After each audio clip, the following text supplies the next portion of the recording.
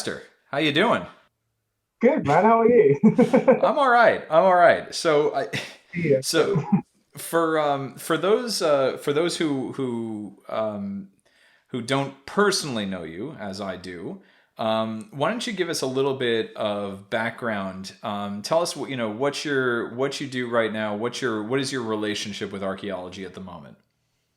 at the moment, I am suffering through the last stages of my PhD in the University of Sheffield in the UK. Yeah, I've been doing it for the last 3.5 years. In the final stages of writing up at the moment. I'm studying use of space on this Aegean island called Dascalia. It's an early Bronze Age Cycladic culture um, ritual site, basically. It's like a sanctuary with a joining settlement that facilitates the ritual practices that are going on. Mm. That is not actually how you got involved with archaeology, if I'm not wrong, right? How exactly did you fall victim to archaeology? Well, I started with a degree, but I didn't go to university until a bit later on in life. I was 25 when I went. Hmm. So start with I left school at 17 and then became a plasterer for a bit and then worked in retail and bars and things. And then I just thought I don't want to do this anymore. And I always was interested since an early age in like history and archaeology and things. I thought, why not? Let's just go for it. And so went to University of Sheffield, studied a BSc in archaeological science. Straight after that, I went into a master's program in archaeological materials. So looking at ceramics, glass, metals, the processes of changing technology and how to analyze them, statistical analysis and things like that. And then that was still at the University of Sheffield. And then started my PhD a year after that in a similar thing, well, using PXRF analysis, which is a way of chemical analysis to look at the use of space, the analysis type I took from like the material masters and things basically.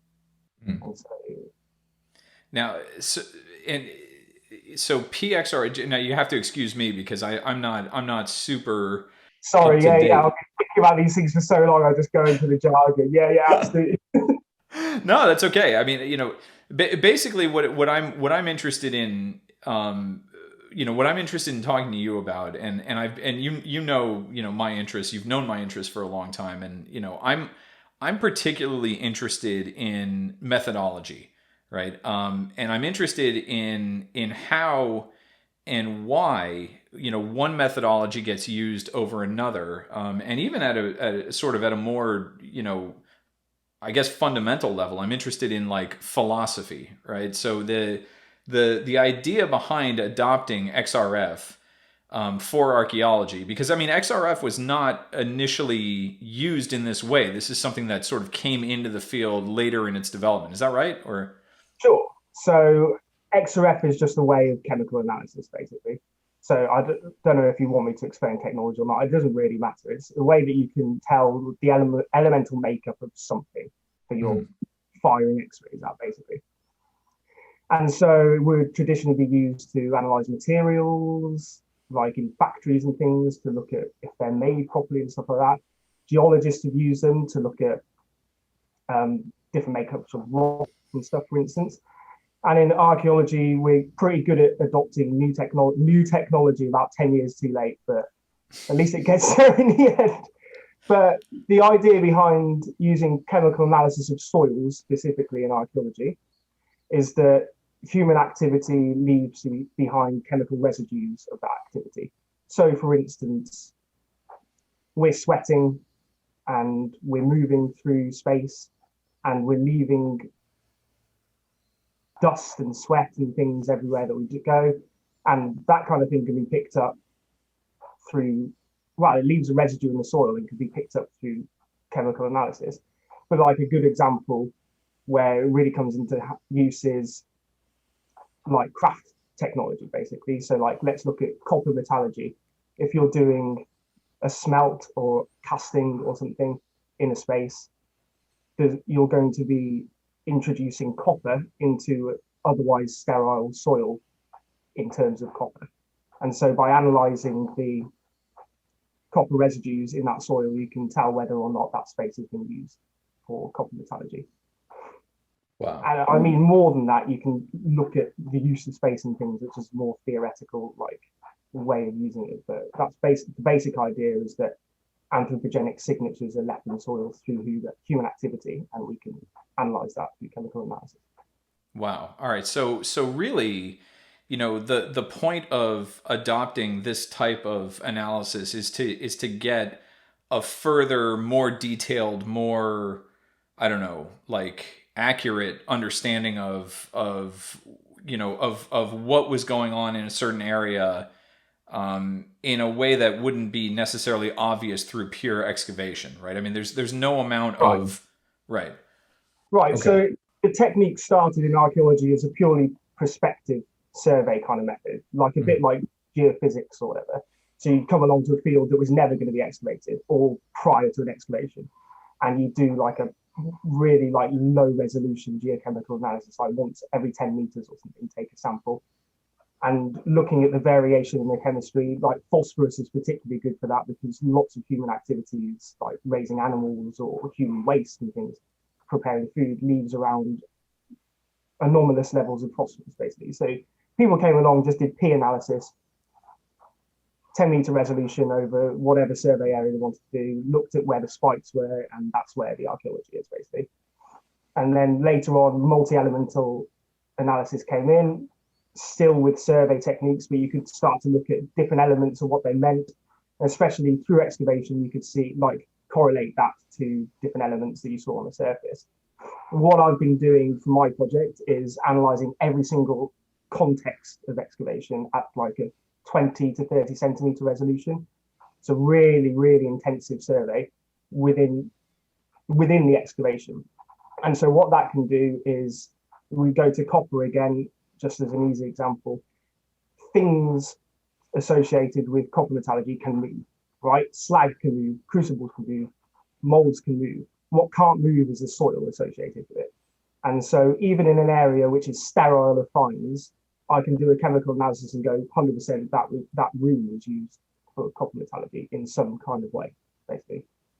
And you can make that determination by comparing the area that you're surveying to itself, meaning that, if you were going at a 20 centimeter stripe or a 20 centimeter interval, and you find that there's no copper over here, no copper over here, but then finally you find lots and lots of copper, right, followed by no copper, no copper, no copper, right, then that is even stronger evidence that particular area had something to do with metallurgy. Is that the basic theory behind it, or? Right, yeah. I mean, at that resolution, you're normally looking in specific rooms, and so that whole room probably was associated, or that whole space, like the context of archaeology, was used for that. But you can see the gradual rise and decline of copper concentrations, and so see the more intense areas of activity and stuff. So maybe that's where they were casting in, like pouring the copper or whatever, or maybe that's where they were crushing the ore or charging the ore into smelting path or whatever. But yeah, that's absolutely what it is. Yeah. Yeah, that's the idea. So then, is it safe to call what you're doing science? Well, a scientific method needs to be replicated, right?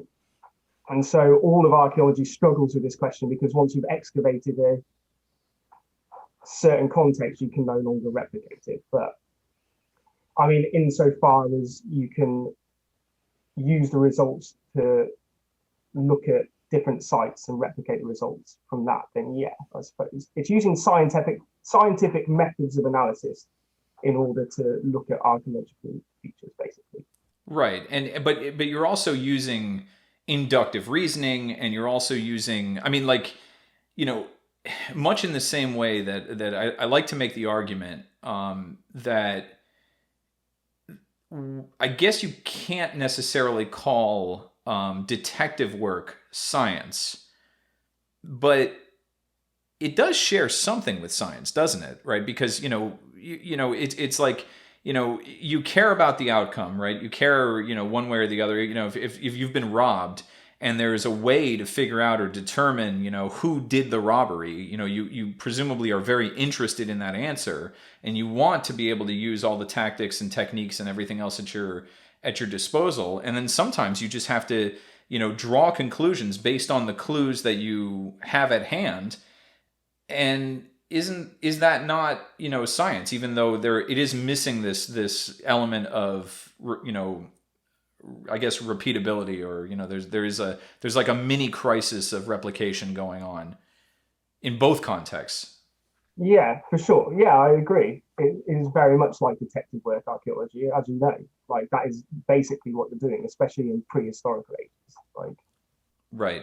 And we should mention, right, in prehistoric contexts, this is especially important because we can't really cheat, right, and compare the records, or compare like a traveler's account of walking through this space, and then compare what the traveler had to say about and over here was this building, and over there was that building. And then once you go, it sort of gives you an idea to look of where to look based on the accounts of these ancient written accounts. If you don't have that, then you're sort of left with nothing but the material record. I mean, that's and that's not just a problem for the Bronze Age Aegean, but also for other contexts, even in later eras when there was, or when there were written records, but maybe the records don't survive, right? I mean, so I know in the UK, this is a particularly interesting way to do archaeology, just because in if you want to learn more about what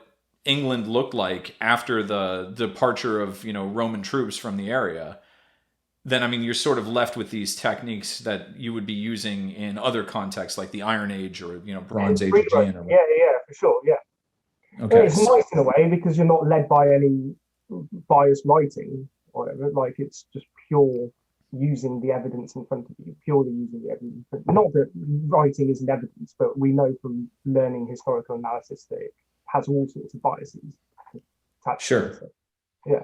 Yeah, I mean, and there's an open question as to whether or not some of our ancient authors ever did any of the things that they claim to have done, right? So I mean, the famous example that I can come up with is the example of Herodotus, who's supposedly traveling all over the ancient world, and he's been to Babylon, and he's been to Egypt, and he's been to Scythia, the north of the Danube, and but did he really go to all these different places, Yeah. or did he just sort of hear about it, right? Mm. Yeah, and we don't necessarily know. So, okay, so my question for you is, since I didn't have this type of training and like an undergraduate context, right? But you did. So when you're going through the training in archaeology, is this sort of like methodology, or questions of methodology? Is that something that gets highlighted? And are you learning a lot, via archaeological theory, or is there an experimental approach that you guys take, or how exactly does the training go when you're at that level? Right. So undergrad level, I can only speak for my institution, for Sheffield. I know it will vary from program to program in universities, but we definitely there was an emphasis on archaeological theory mixed with, well, scientific methods of analysis and then interpreted using archaeological theory. So we learned a lot of theory, a lot of methods, basically, and how to put them together in undergrad. So, I mean, all undergraduate degrees are a broad stroke, right? But like, there is certain way to pick your stream, and I chose like the archaeological science stream of an archaeology degree. And so there was a big emphasis on theory, a big emphasis on methodology in Sheffield.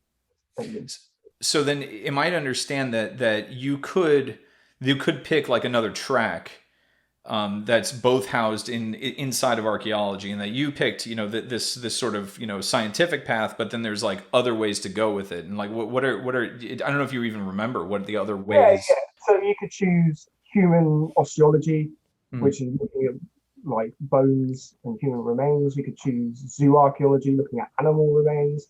You could choose environmental which is part. Well, it was one of the streams of the archaeological science degree, to be fair. But like I chose materials, you could go environmental, looking at seeds and soil processes and things. You could look at landscape archaeology, all sorts of different things. Some people obviously chose like just a purely like historical kind of archaeology. So like they'll specialize in the Bronze Age Aegean, and that was their stream for undergraduate. They do a dissertation in the Bronze Age Aegean. So there were loads of different ways that you could approach an undergrad. And the first year was basically our like 101 classes, and everyone learned the same. And then from the second year onwards, you started specializing. Mm. That's super interesting to me, just because there's we sort of don't do it that way in the United States, where we have the major, I would say that archaeology, in general, is a little bit homeless in the United States, where depending on what university you're at and what program you're looking at, it might be housed inside of an anthropology department, or it might be housed inside of a history department or like a classics department, as it is, in my institution. Or you could have two different, you could have, archaeology that exists in the classics department, which exists sort of alongside an anthropology department. And the two different tracks really don't have anything to do with each other necessarily.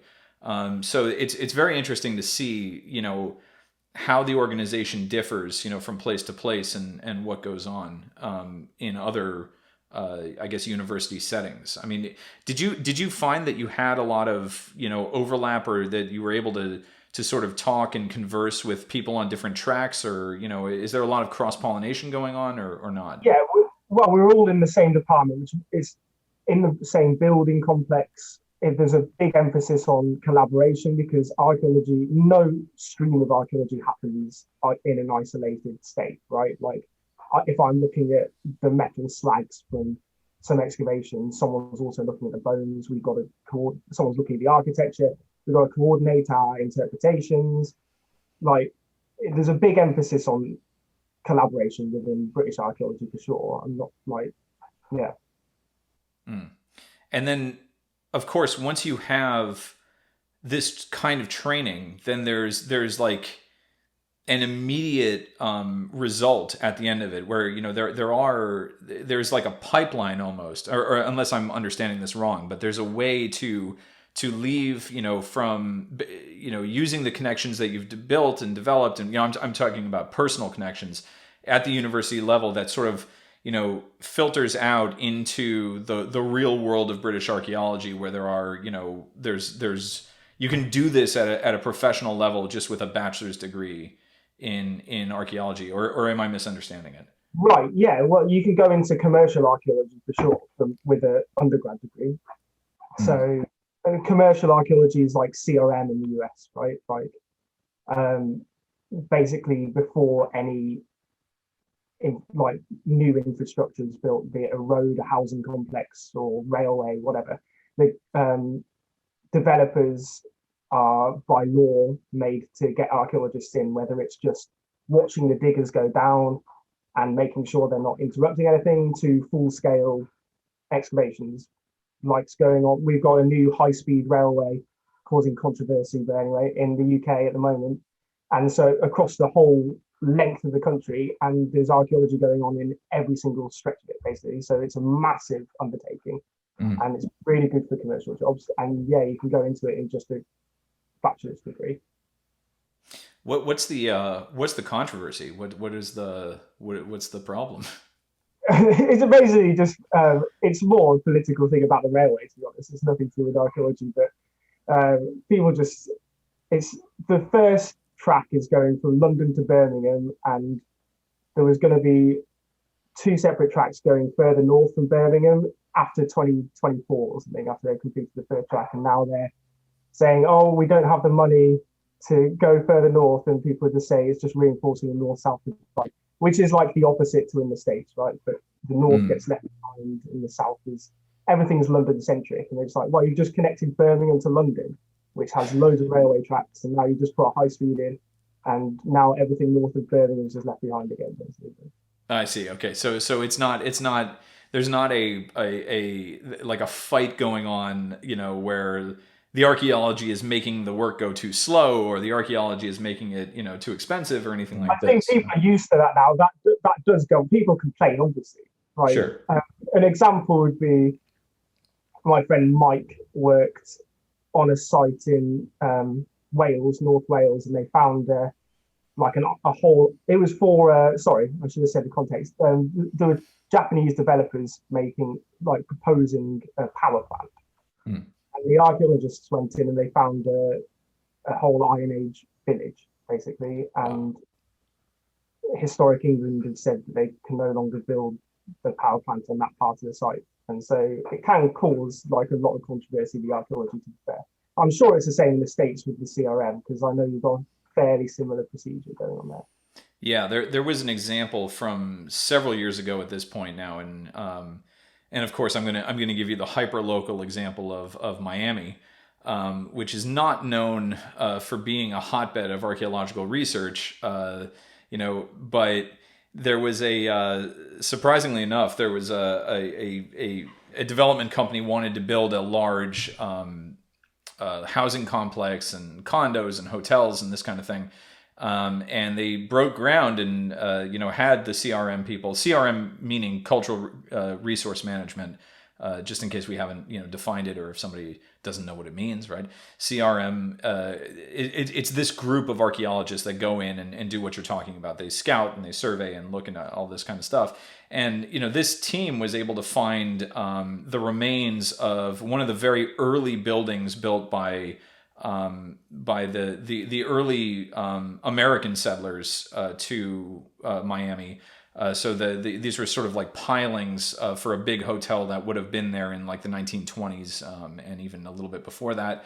And then deeper than that, they found a stone circle, which was left from the native population. And Wow. this would have gone back many hundred years, and it's known as the Miami Circle. And it ended up sort of, you know, changing the project drastically, and it was sort of, you know, those people who were investors in it obviously were, I think, not super happy that this discovery, you know, interrupted their plans, but ultimately, I think it's a, you know, it's one of the good stories about archaeology, because the stone circle was preserved, and you can go to the site and look at it, and it's freely available to the public. So you know, that was I chalk that one up as a win, Oh yeah, people because like us, it's amazing that yeah. everything has to get excavated. Yeah, absolutely. Yeah. So okay. So based on everything that we've talked about so far, right? You are using, you know, sort of good methodology. There is a demand for archaeology, especially in a place like England, or I should say the UK in general, right? There's lots of history, lots of things to dig up and find.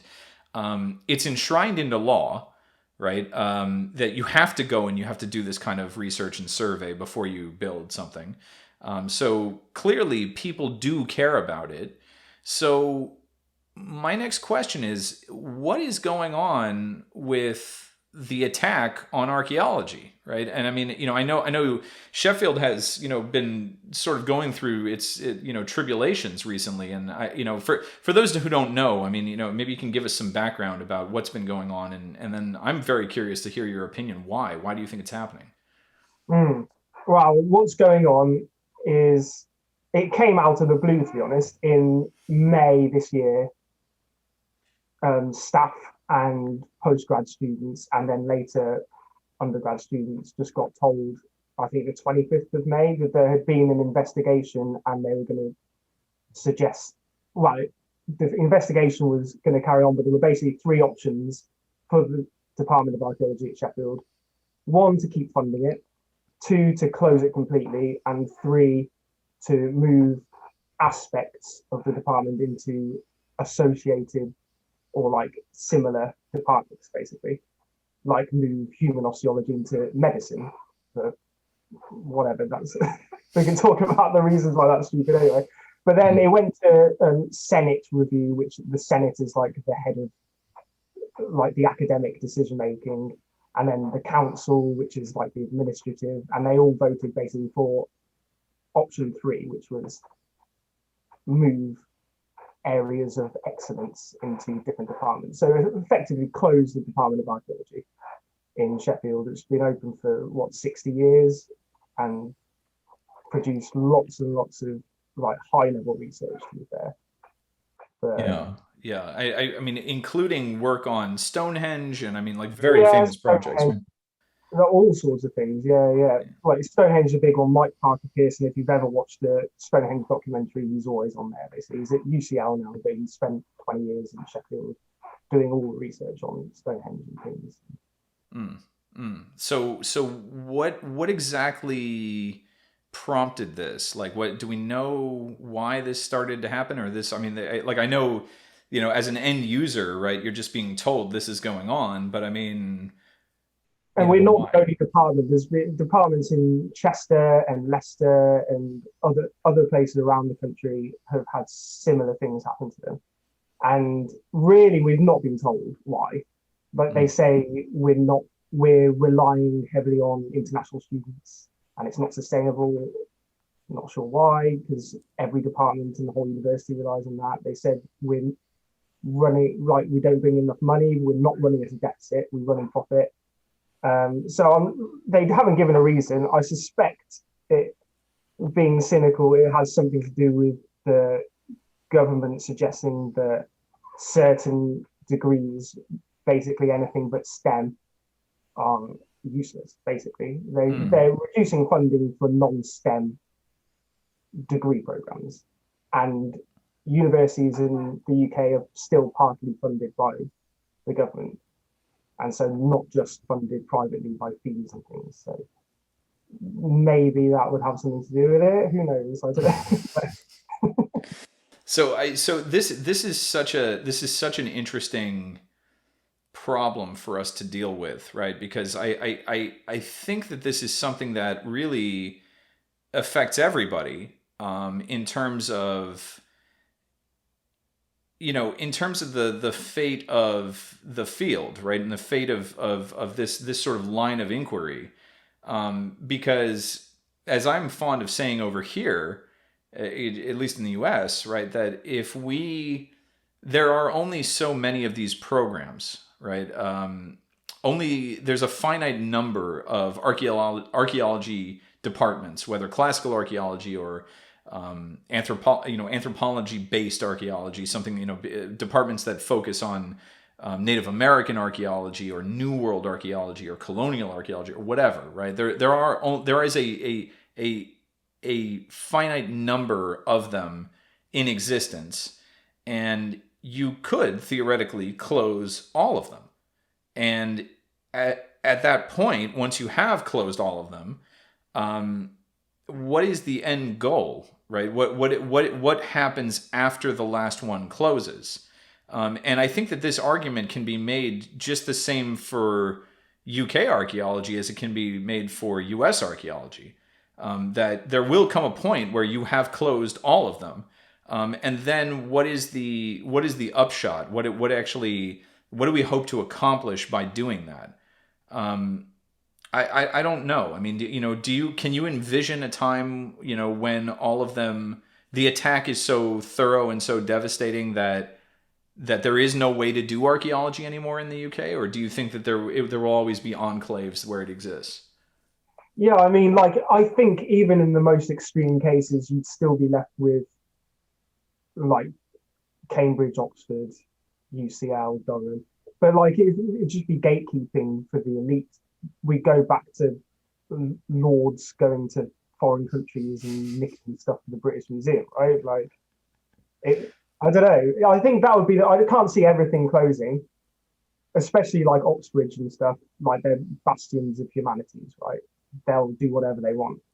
No government's ever going to tell Oxbridge what to do, Hmm. but yeah, absolutely. But they're not the most dynamic departments, especially at undergrad level. It's very, very like then undergrad. I think at Oxford and Cambridge for archaeology is mainly just archaeology and anthropology straight. You learn what happened in the Bronze Age. You learn what happened in Britain during the Roman period, and that's it. There's no like integration of scientific analysis and social theory and things. Completely different at postgrad level, completely different after that as well. There's many good academics who are researchers and stuff at Cambridge, Oxford, obviously. But I think like undergrad level, we need places like Sheffield, places like Durham, places like UCL, because we're the ones that are pioneering new methods and stuff. Mm. So this actually leads me to yet another question here. Because you mentioned earlier that if this doesn't rise to the level of STEM, then it's inherently vulnerable. But if you are using cutting edge scientific methodology, right? If you are being truly interdisciplinary, and you are reaching out to the geology department, and you're reaching out to the physics department, and you're reaching out to you name it, right? Various other departments, and you're sort of borrowing their techniques, and you're using the same type of inductive reasoning just from a philosophical level, right? And your goal is the same, right? Which is to produce new knowledge about the ancient world, right? What is the difference here between producing new knowledge for chemistry and producing new knowledge for what the Bronze Age of Aegean looked like? I mean, if the end of the day is the point is to make new knowledge, right? Then you're both on the same team. So how is it that and is it safe to say that departments like yours are blurring the line between what a STEM field is and what a humanities field is? Yeah, definitely. It's not. It's also the aims are similar. There's lots and lots of research going on in archaeology to look at sustainability and climate change and how humans have dealt with it before and what things like that, right? And that's what the new vogue is in biology departments, in chemistry departments. So have got the same aims, and I think we are blurring the lines between humanities and sciences, but at the same time we're not a straight STEM, because without the humanities element, we're not archaeology. The important thing is that we're looking at the human past and human cultures. If we ignore that and just look at the scientific analysis of a copper knife, then we're not doing archaeology, right? Right. So I don't think we should be counted as STEM. We're not with pure science. We are blurring lines, but we definitely need that kind of social theory and humanities aspect, basically. But yeah, it's a difficult one because people see us as an off branch of history, and that's the layman's understanding, right? We are just a pure humanities who just looks at the past, but rather than look at books, we look at things, and that's it, basically. Right. See, this is fascinating to me for another reason, because I mean, I don't know how much I ever told you about my own upbringing, and what the attitude was in the Lupu household, right? When I was a lad, right? This is and of course I have to struggle not to make the same joke I make every time I say the word lad, which is the Greek word for lad is marakion, right? The ancient Greek word for lad is marakion. So I always stop and I go, when I was a little marakion, right? Which is funny to nobody except for other classics nerds, but whatever.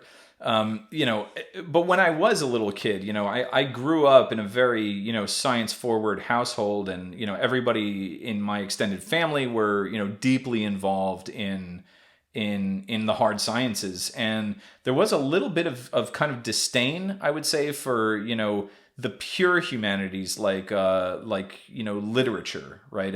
For people who wanted to spend their time in their life, analyzing English literature, or I don't know. I mean, you can name it.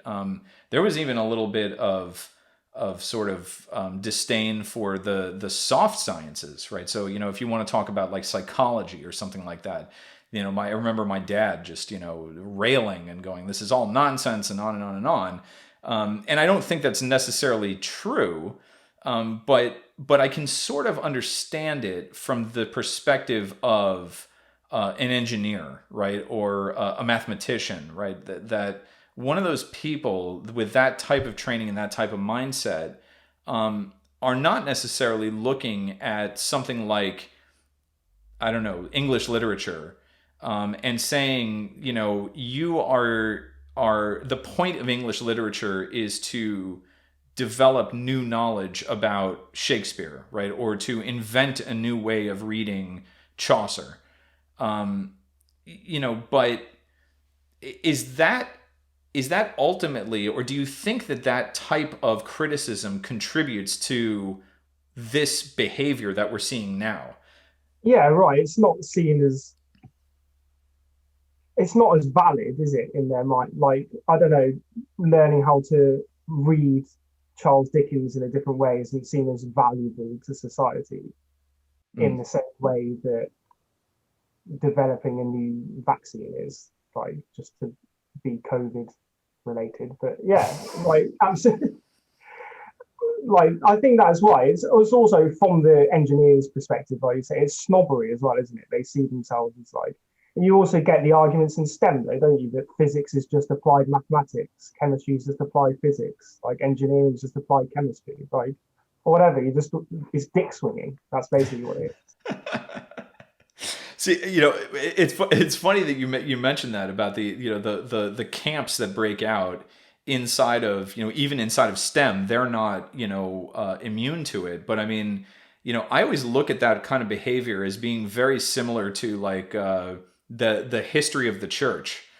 You know, it's like if you've got one group of people that are absolutely convinced that, you know, they have the correct understanding of, you know, the nature of the Trinity, and, you know, Arian Christianity exists over here, and there is a like an irreconcilable difference between their version of Christianity and, you know, Gnostic Christianity, and, you know, in the 5th century AD, or, you know, whatever it is, right? So I mean, but it there is a certain impulse to that tribalism, you know, even in places where you wouldn't expect to find it. Or do you not think so? Yeah. I mean, like, that tribalism happens in archaeology as well. Obviously, like, everyone thinks that their discipline or sub-discipline is the best and the most relevant, right? But I don't know. I do think that snobbery is part of why humanities are denigrated by basically everyone in the Western world, right? In Mm, terms, they're all closing. Like in the US, you say it's also happening, and mm.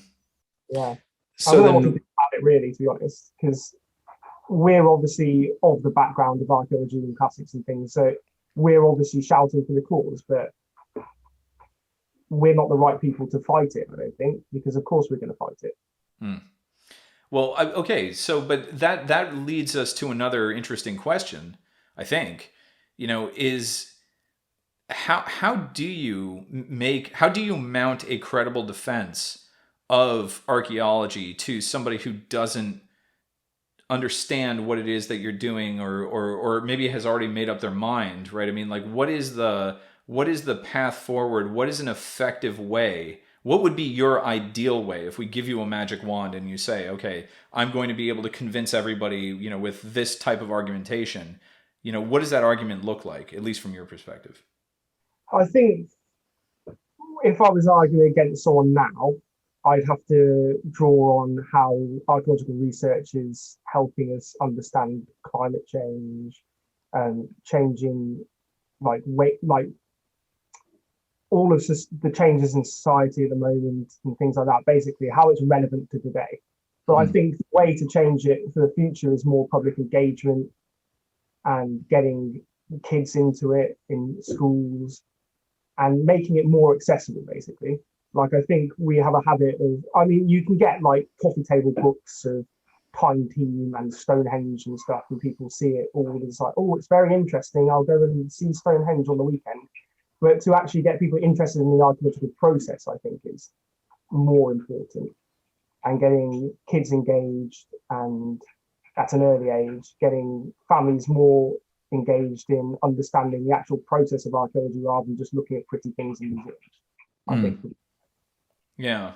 You know, one of the things that I always like to, just when I'm trying to talk to my own students and I'm trying to get them involved in archaeology, one of the things that I like to um, I like to bring up is that, because I'm dealing with, 18 and 19-year-old kids, so you can guess what the state of their dorm room looks like, and it's if their dorm room looked anything like my dorm room did, it's a disaster in there, and that when you all of a sudden need to find a particular paper and it's buried in the stack of papers, then, I mean, in a way, right, you are doing archaeology, because you have to figure out, especially if you've got dates on the papers, you can sit there and you can go, well, it was definitely before this time, right? So this is terminus, terminus antiquem right here, right? And it's like relative dating going on. Yeah, and it is possible to sit there and it seems like, when you give examples like that, it's not controversial, the methodology that you're using to produce reliable information, right? To accomplish tangible goals here, but somehow that is lost when we scale up to, bigger, and more complicated, examples, I guess. I don't know how, to bridge that disconnect other than by, having conversations like this and doing it in public, right? Yeah. So, okay. So I think definitely making it more open to the public is the key, isn't it? Like, don't sit behind peer-reviewed journals and things like that. It needs to be more open source, more public engagement, more open about the methods that we use and things like that, and what impact we can have on real society today, rather than just showing what society was like 2,000 years ago, I think. Yeah. And speaking of which, right, this, when you talk about responses to climate change, I noticed that there is quite a bit of interest in the I guess it's so-called archaeology of collapse, right? This is something that I noticed with I've heard about it, at least with the Bronze Age Aegean, because there is the famous Bronze Age collapse. But I mean, this sort of thing exists as well in UK archaeology, and I mean, I wonder if you couldn't sort of give me a better understanding of how exactly that works, right? I mean, like, what does it look like from the perspective of the material culture when you see something like the Roman invasion of Britain, or you can dig in the Bronze Age and actually hit a horizon of collapse. What exactly how do we determine that from the material culture, and what does it look like from where you sit? Right. I mean, I'm no expert anymore on these periods, but I think actually the more we study it, the more we realize it's not really a collapse, and it's a continuation.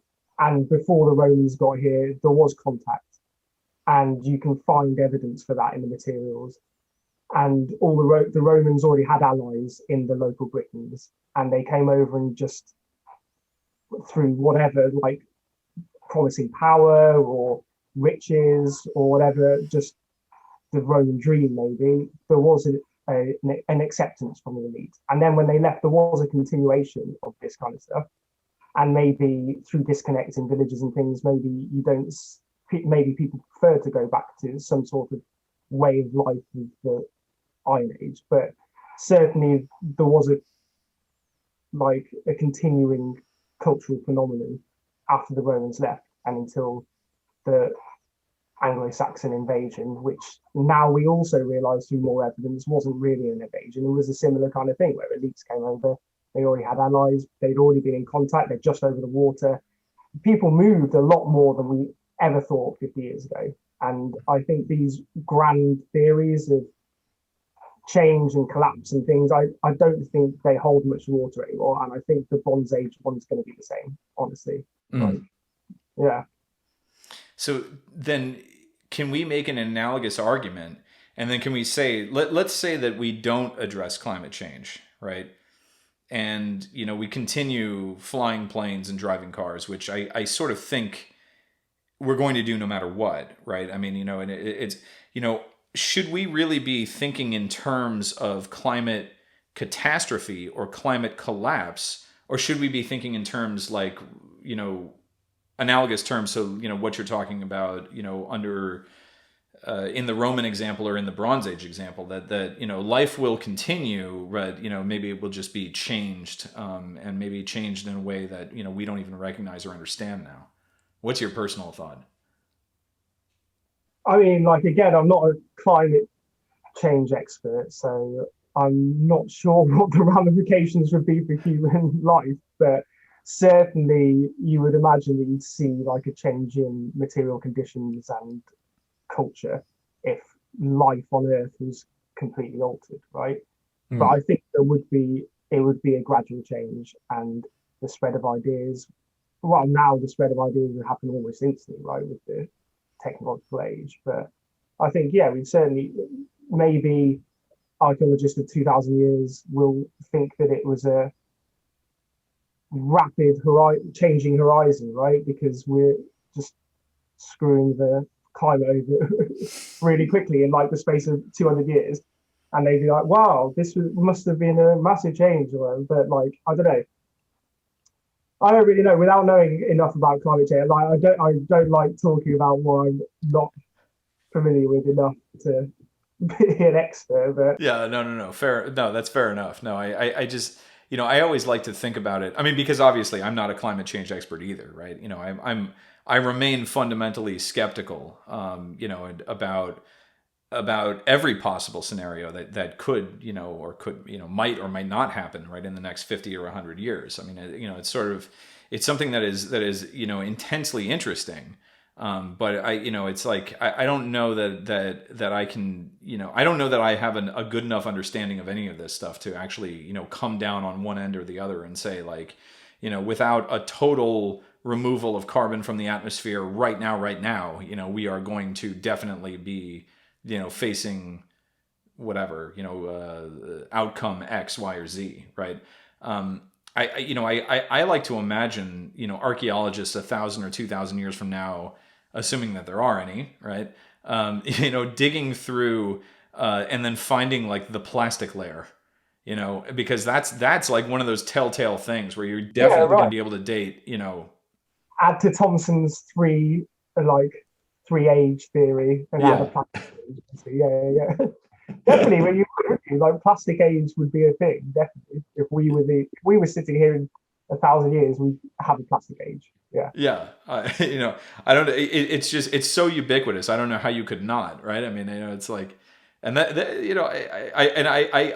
can think just off the top of my head, many times where I was, working in a trench and coming up with.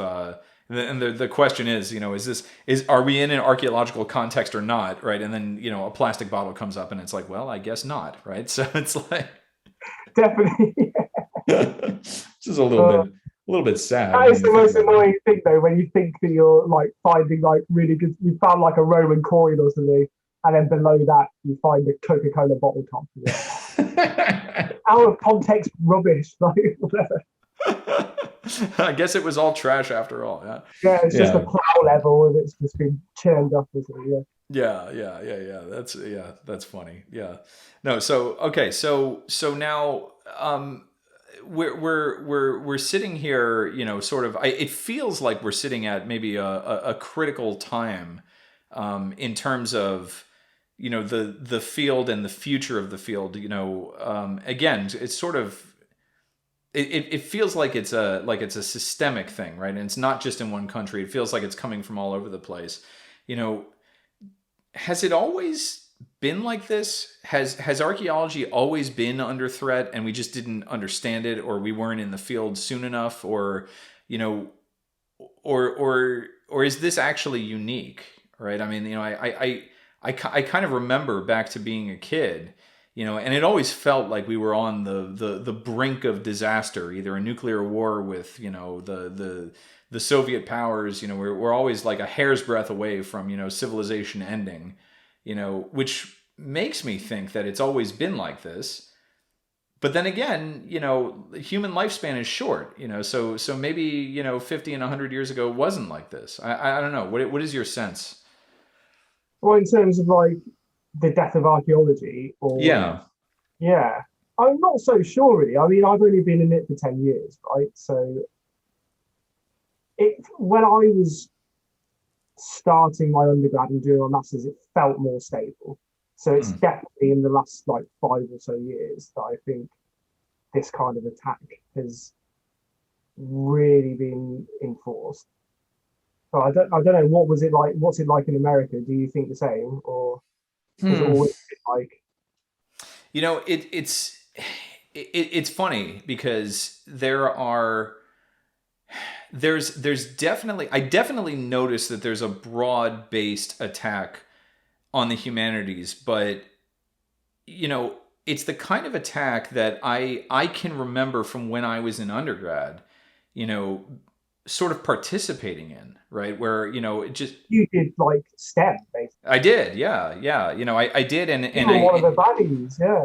you know, but I mean, you know, I remember just my own mindset from that time period, you know, where you know, my undergrad degree is in neuroscience, you know, and I was very interested in cognition and psychology and you know what can brain imaging tell us about you know the way that consciousness arises in the brain, right? What you know what are we going to learn you know in 5, 10, 20, 25 years you know about the human brain you know that is going to have major philosophical impact on you know everything, right? I mean, you know, you can look no further than the criminal justice system, right? I mean, you know, if it turns out that you know you have a particular I don't know abnormality in the brain, you know, deformity in the brain, or you know, or something that prevents you from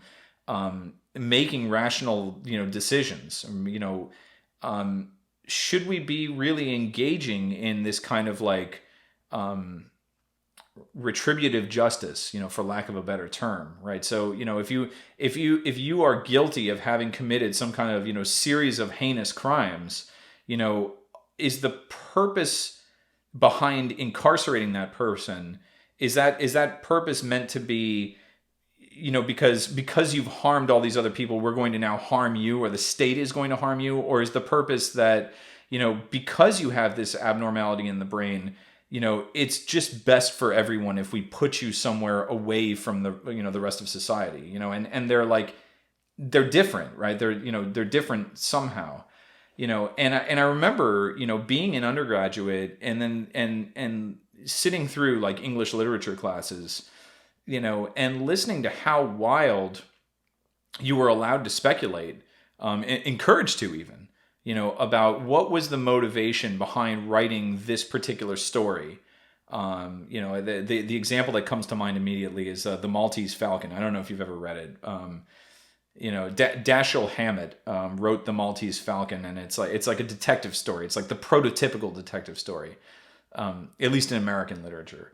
And you know, he writes this whole story about you know all of the tropes you know that you think of when you think of a detective story are in the Maltese Falcon. They're baked into it, you know. So it's like there's a mysterious girl, and you know the hero of the story falls in love with her, but you know you got to be careful because she's dangerous, you know, and she's gonna you know turn on you, and you know there's this criminal gang and they want this artifact, you know, but these other people want the artifact too, and you know the detective is lost in the middle and he's got to figure out who wants it and why and who to help and who to trust, you know, all the usual things you expect, you know. And I remember my professor sitting there and giving us, you know, all of these examples about, you know, anxiety and bringing, you know, I don't know, psychology into it, and you know, trying to analyze this story through a series of different lenses. And then I remember at the very end of reading this, realizing that Dashiell Hammett himself was a private detective.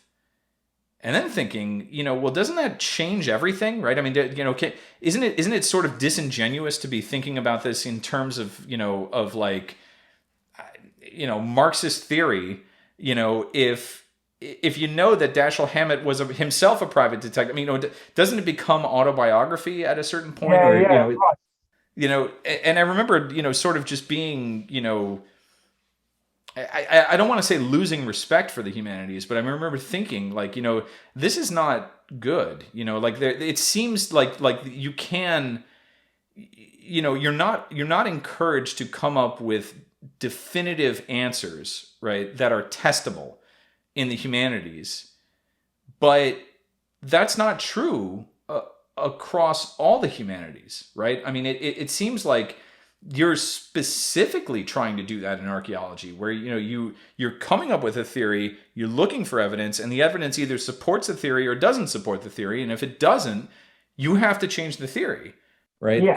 And that's it is hypothesis testing. Yeah, absolutely. Right, and that's something that is discouraged depending on which department in the humanities building you're talking about. Yeah.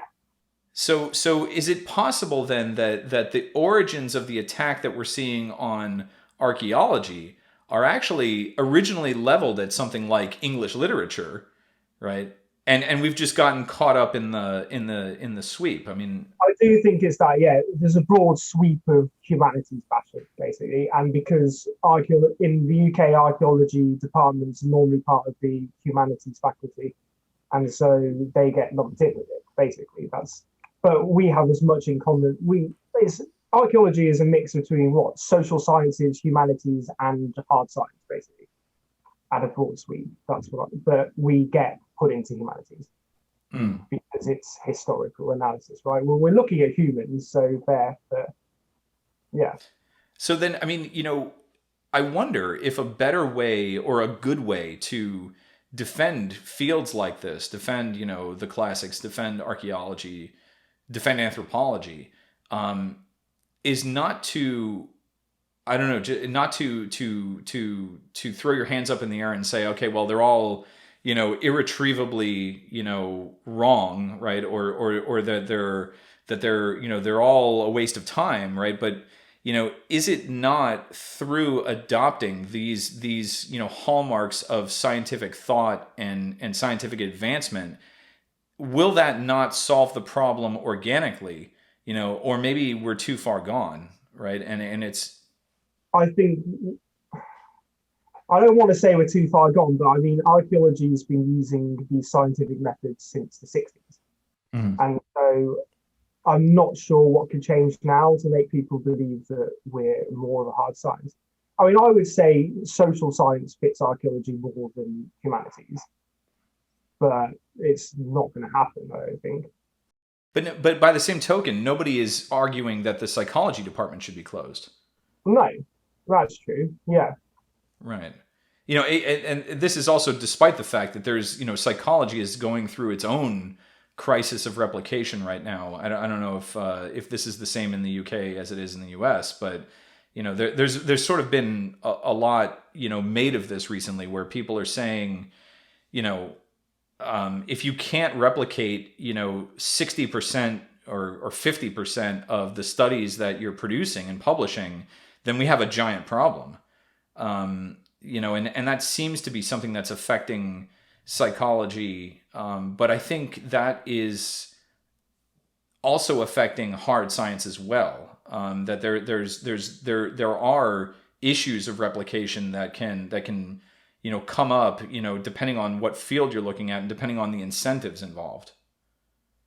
Yeah, I suppose the replication argument is it depends what you think should be replicated, right? So in psychology, you can replicate if you have a patient with the same symptoms, you can see if it manifests itself in the same. Well, if the symptoms have manifested themselves because of the same disorder, right? That can be tested. Yeah.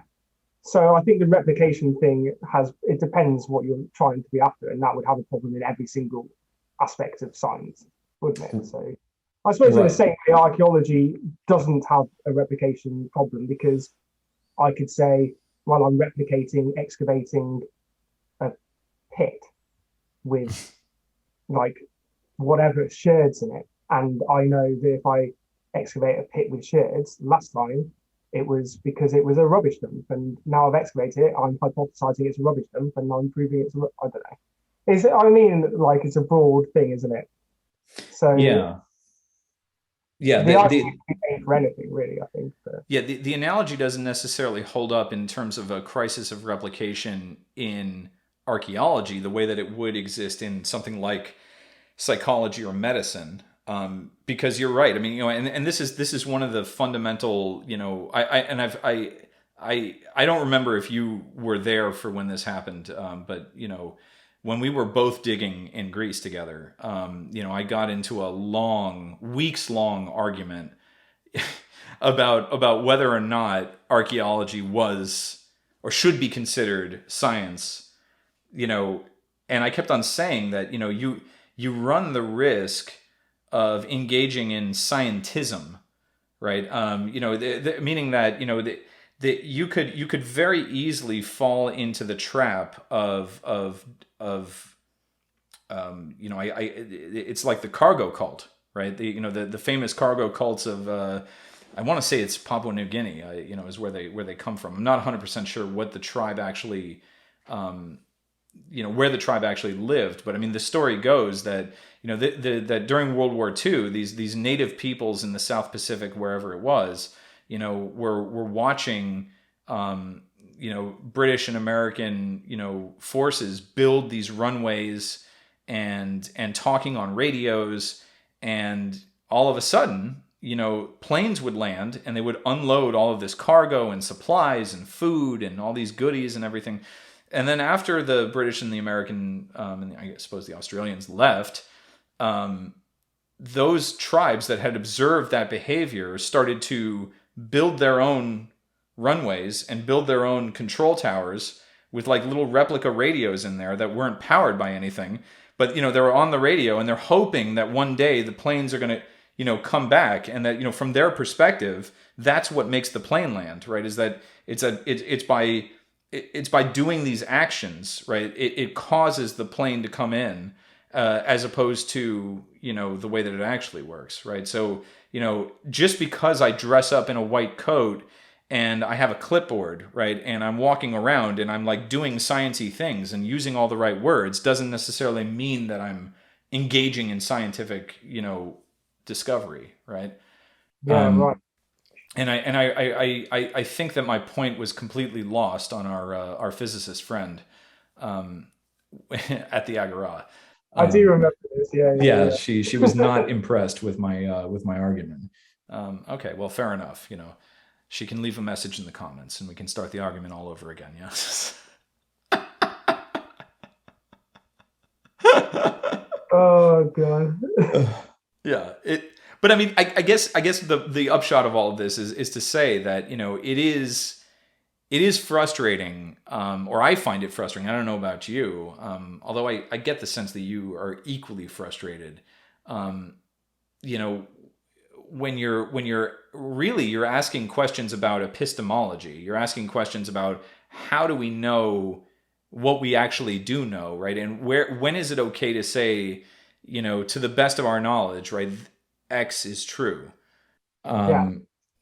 And I think it's also fair to say that you and I both agree on what the ultimate goal of this type of inquiry is, right? And that is to make new statements that are true, and make as many of them as possible, right? To make new To the knowledge. best of Yeah? our ability, right? Because we're never actually going to know exactly what happened. Right.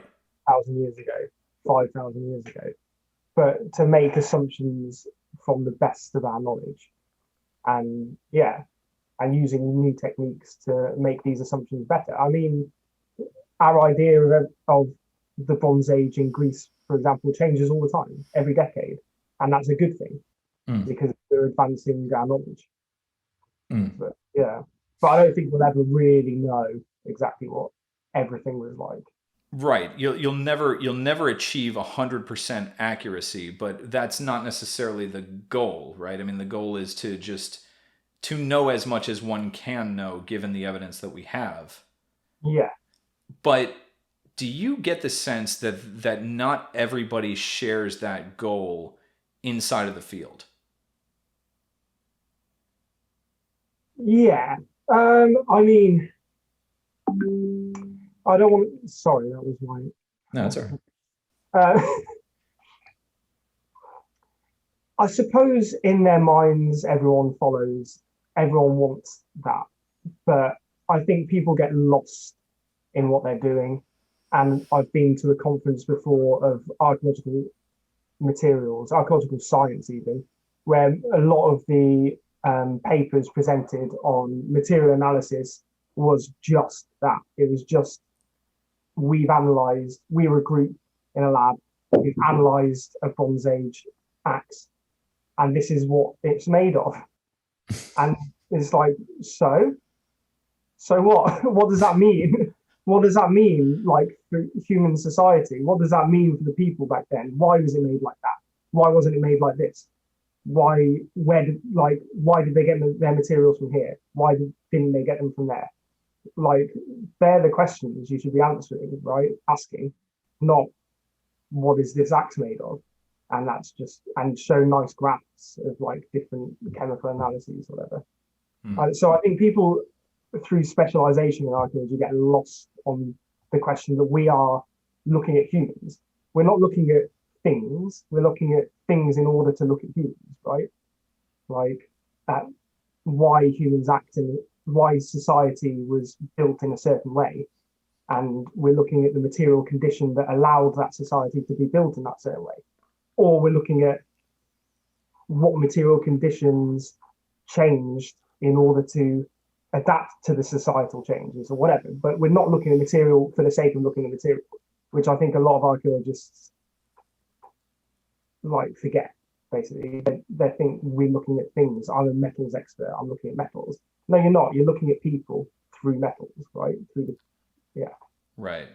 And to your point, I mean, I would make a further argument there and say that, the upshot of taking that stance is that, you can potentially start to answer the much deeper questions, right? Like, I mean, one of the big ones that I've always wondered, and I don't know if you've ever thought about this either, but, when we everybody is, who gets involved in archaeology, especially, people who are going to be prehistorians, at some point are going to encounter the story of, settled agriculture, and the emergence of cities. And that is always a very tricky thing to wrap your head around, because, you sort of, or I always wondered, is civilization an emergent phenomenon?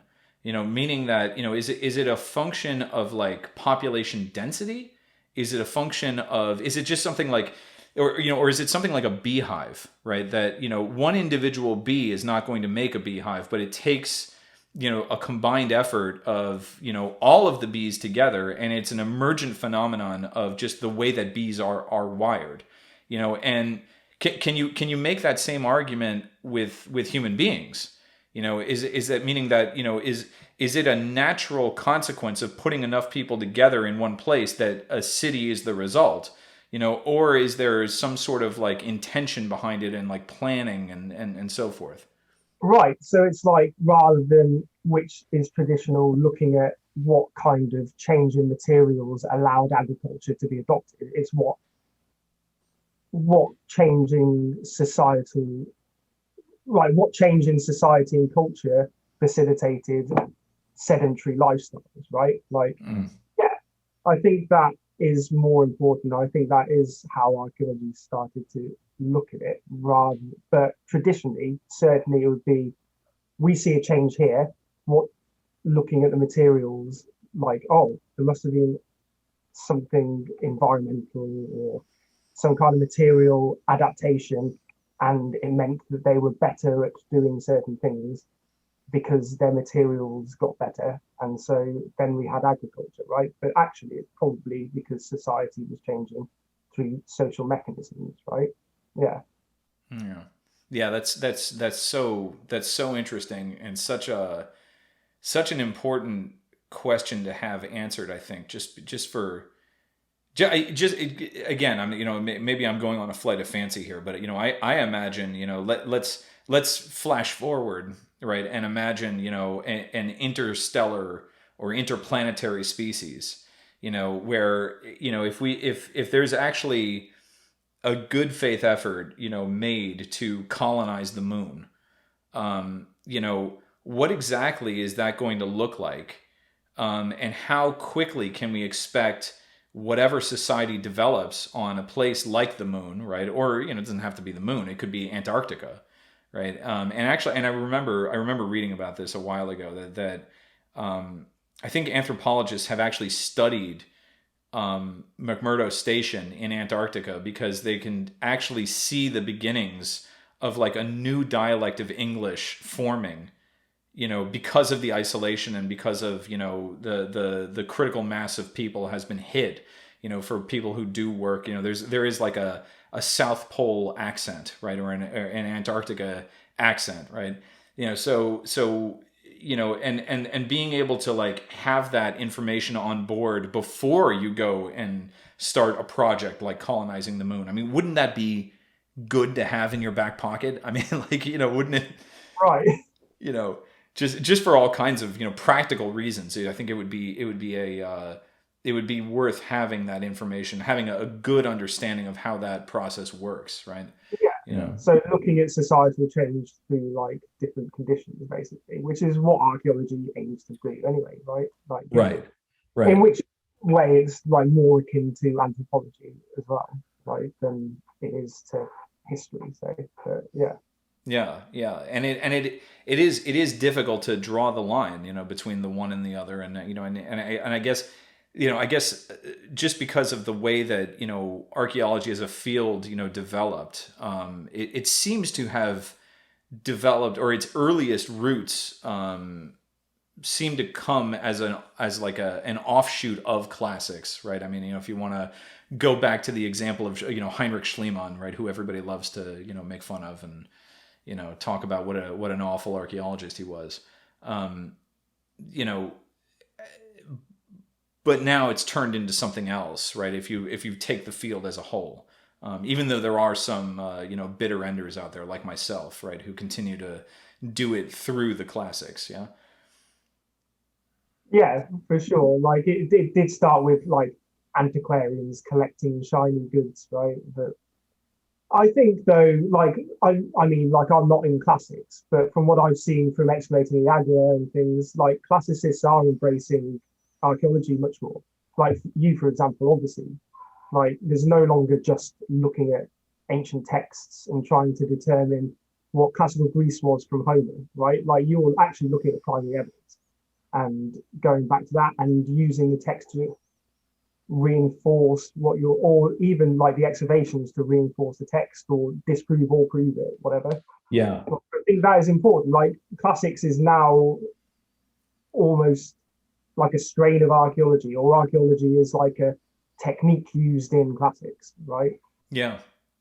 No. Break it. So this is another one of those things that drives me up a wall. I maybe I shouldn't be too flippant, when I make statements like that, but I do find it, I guess, annoying when we pay lip service to, to interdisciplinary approaches to any one of these questions or fields, but then we sort of like don't do it. It's like it's one thing, and again, this is sort of, in my mind, right, this is a form of that scientism I was talking about, or that cargo cult thinking, where as long as I say that I'm interdisciplinary or doing, or I use the buzzword interdisciplinary, then that's okay, and somehow I'm like protected, right? Or I've said the magic words, and therefore, my work now is interdisciplinary, as opposed to looking at it on a more, foundational kind of level, or looking at it from a more, I don't know, changing your philosophy when it comes to, just the baseline ideas about what it is that you're hoping to accomplish, and how, and what the methodology that you're picking is. So I know, but I agree with you completely, because, the more that you learn through archaeology about the Bronze Age Aegean, the more it should inform your reading of Homer, because those are the people that Homer was talking about, right? I mean, I mean, I guess Homer as an author, and there's a big question as to what the exact dating of the Homeric tradition should be, and obviously, I mean, that's sort of beyond the scope of what we're talking about here. But suffice it to say that it's definitely after that time period of the Minoans and the Mycenaeans and so on and so forth. But I mean, the more that you gain an understanding for how that culture worked, the more that it is going to influence Homeric problems, or more it should influence Homeric problems, I think, right? Just because there's Homeric scholarship, and I'm picking on Homer here, but it doesn't. I don't. We don't have to pick on Homer. You could pick on whoever you wanted. Homeric scholarship, dates back to Hellenistic Alexandria. So I mean, even at the time, of whatever, the 3rd century BCE, if we're using that convention, there were major questions as to what exactly the words were, right? What did they mean?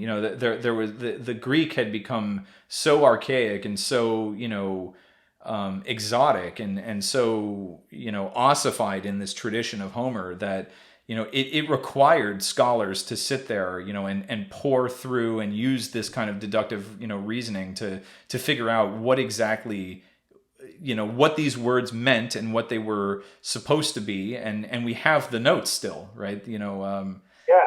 And if you can shed light on what any of those problems were or are still, and you can do it through archaeology, I mean, then don't we all win when that happens? I mean, isn't that like a boon, and shouldn't that be in and of itself a defense for keeping the archaeology program going, right? Keeping the department open. Right. I don't know. I would hope so. I mean, like, I think we obviously both agree that closing archaeology departments is fucking stupid. But like, yeah, it still goes back to like how we can, like, we obviously think that, but how are we gonna even change that? Yeah. This is why I got involved in this podcast. This was not my idea, believe it or not. I was approached to start doing it, and I did it very much with that thought process in mind. Is there a way? What can I do personally to try and push back the rising tide here, and I don't think that it's a waste of time to try, right? I don't think it's a waste of time to try and have these kinds of conversations, and do them in public, and make the case for why it's why this is something that we should be supporting and furthering, right? And I don't think that the argument really gets made in public very often, or even at all, right? I mean, the famous examples in the cultural zeitgeist, right? The famous examples of archaeologists that people point to are people like it's fictional characters. It's Indiana Jones, Mary, you at least have Mary Beard for the classics, but I don't know that Mary Beard is out there, on any of her shows saying, and this is why you should keep, the classics department open, Right. I don't think people don't even discuss what archaeology is really. Like, right. A normal podcast situation for archaeology would be, this is what happened in Bronze Age Greece. This is what happened in Iron Age Greece. Like, no one talks about the actual process. No one talks about the archaeologists. No one talks about the methods and theories going on in order to come to those conclusions, right? They talk about the end game, never like the process of getting there. So I think it is important what you're doing. Yeah, absolutely. Yeah. Like, talking to people actually studying classics and archaeology and asking them what they do, basically. I mean, Yeah. you also know firsthand what you do because you are also a classicist and an archaeologist, but still, yeah. Yeah, yeah. Well, if at some point in the future, you know, there exists the Matt Lester podcast, I would be very happy to be a guest on it, right? So I mean, yeah, and furthermore, I would love to, at some point, you know, get somehow record what it is like to engage in archaeology on the day-to-day level, warts and all, right? Just because, again, you and I both know how it is, in certain ways it is the grand adventure, and in other ways it is, tedious and tiring and horrible in its own way. But I mean, it's sort of, you would never choose anything different, right? I mean, it's and that's something that I think gets left out a lot as well. And so perhaps one of these days, you and I can take a visit back to the Agora, and we'll bring the whole film crew with us and everything. I think that would be fun, yeah, for sure. Talk about excavation stories. Yeah. Oh God, the excavation stories, are, one of the guests that I had on the show earlier in this season's worth of interviews, sort of hinted at some of the adventures that he had out there. But I know personally that there is way more to be had. I just think none of us really want to go out there and talk about, all of the fun that we had while we were doing archaeology. But, but suffice it to say, it is so much fun, right? It is so much fun to engage in it, much in the way that I used to have a ball, in chemistry lab, when I was an undergraduate. I loved going into organic chemistry lab, and, it's like, what are we going to cook today? And we're going to make, what weird, exotic cocktail are we going to come up with now? And it is, if you have that kind of mindset, discovering new things about anything, it's inherently pleasurable, inherently satisfying, I think. Yeah. Well, have we said it all? I think we've solved another one for you. Yeah. I suppose, what we can do is, the next time that the Senate and the Council gets together, maybe we can play them this episode, and, it'll sway them one way or the other. Sit down. Yeah. Yeah. Sit down. Let me buy you a beer, right? Let's talk. Let's talk about archaeology. No. All right. Well, I thank you so much, right, for coming on and agreeing to waste yet another I don't know how many hours we've done on my ramblings and your ramblings as well. Always a pleasure. My pleasure, absolutely. Yeah, no, we've done an hour and a half. So I think that's